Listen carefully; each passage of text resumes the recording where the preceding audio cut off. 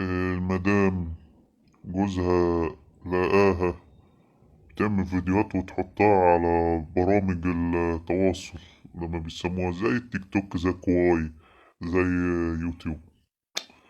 لا مينفعش كده يا مدام، مينفعش يا ست تطلعي كده والرجالة تتفرج عليك، عيب.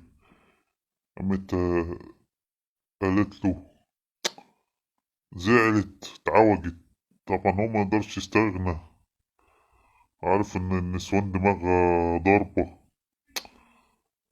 عشان تراضيه هي كمان قالت له ايه ده، انا هجيب لك فلوس، ده الفيديوهات دي بتعمل فلوس.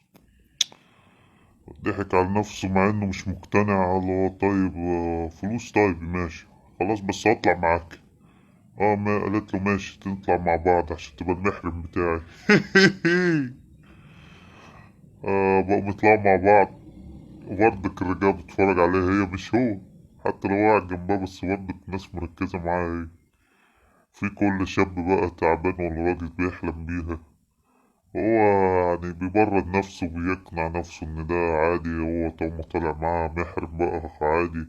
ومنه برضك هو عايز فلوس وهي عايزة فلوس وعايز يصرف على العيال. قالك فيديوهات هتجيب لنا فلوس وهنتشهر وكده.